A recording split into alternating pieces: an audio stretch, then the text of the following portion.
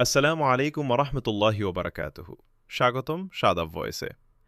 আজ আমরা জানব এমন এক মহান ব্যক্তিত্বের কথা যিনি কোনো সাম্রাজ্যের বাদশাহ ছিলেন না, তবুও তার প্রভাব ছিল বহু সুলতানের চেয়েও গভীর। তিনি ছিলেন মানুষের হৃদয়ের শাসক, ভালোবাসা, দয়া এবং আল্লাহর স্মরণের এক উজ্জ্বল দৃষ্টান্ত, হজরত নিজামউদ্দিন আউলিয়া রহমতুল্লাহি আলাইহ। আজও ভারত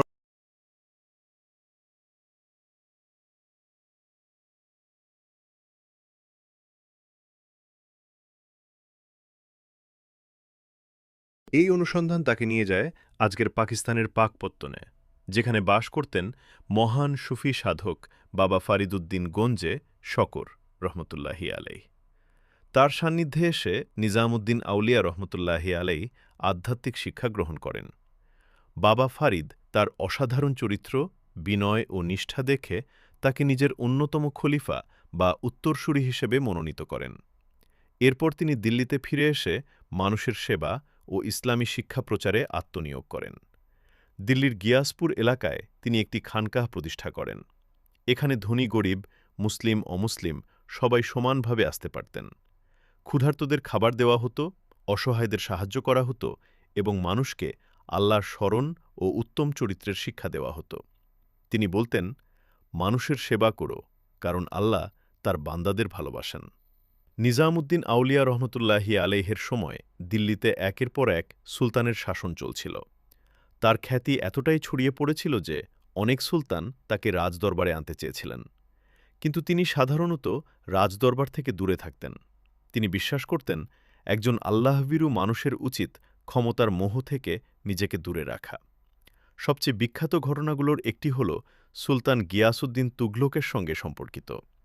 ঐতিহাসিক বর্ণনায় এসেছে, সুলতান তার কর্মকাণ্ডে অসন্তুষ্ট ছিলেন এবং দিল্লিতে ফিরে এসে ব্যবস্থা নেওয়ার ইচ্ছা প্রকাশ করেছিলেন। এ সময় নিজামউদ্দিন আউলিয়া রহমতুল্লাহি আলাইহের সঙ্গে একটি বিখ্যাত উক্তি জড়িয়ে আছে, হুনুজ দিল্লি দূর অস্ত, অর্থাৎ দিল্লি এখনও অনেক দূরে। এর কিছুদিন পর সুলতান দিল্লিতে ফেরার আগেই একটি দুর্ঘটনায় মৃত্যুবরণ করেন। তবে ইতিহাসবিদদের মধ্যে এই উক্তি ও ঘটনার বিস্তারিত ব্যাখ্যা নিয়ে ভিন্নমত রয়েছে, তাই এটিকে ঐতিহ্যগতভাবে প্রচলিত ঘটনা হিসেবেই দেখা উচিত।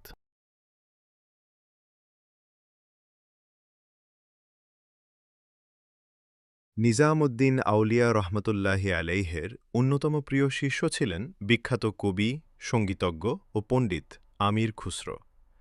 তিনি তার পীরকে অত্যন্ত ভালোবাসতেন। যখন নিজামউদ্দিন আউলিয়া রহমতুল্লাহি আলাইহ ইন্তেকাল করেন, তখন আমির খুসরো গভীর শোকে ভেঙে পড়েন। কয়েক মাসের মধ্যেই তিনিও ইন্তেকাল করেন। আজও তাদের মাজার দিল্লিতে পাশাপাশি অবস্থিত। ১৩২৫ খ্রিস্টাব্দে হজরত নিজামউদ্দিন আউলিয়া রহমতুল্লাহি আলাইহ ইন্তেকাল করেন। তার ইন্তেকালের পরও তার শিক্ষা, মানবসেবা এবং আধ্যাত্মিক আদর্শ লক্ষ লক্ষ মানুষের হৃদয়ে বেঁচে আছে। দিল্লির তার দরগা আজও উপমহাদেশের অন্যতম গুরুত্বপূর্ণ ঐতিহাসিক ও আধ্যাত্মিক স্থান।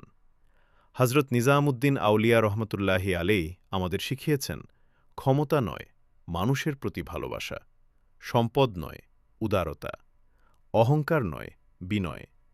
এসবই একজন মানুষের প্রকৃত মর্যাদা নির্ধারণ করে। তার জীবন শুধু ইতিহাস নয়, মানবতা, নৈতিকতা এবং আল্লাহর প্রতি ভালোবাসার এক উজ্জ্বল দৃষ্টান্ত। ভিডিওটি যদি আপনার ভালো লাগে তাহলে লাইক দিন, শেয়ার করুন এবং সাদাব ভয়েস চ্যানেলটি সাবস্ক্রাইব করতে ভুলবেন না। আসসালামু আলাইকুম ওরহমতুল্লাহি ওবরাকাতুহু।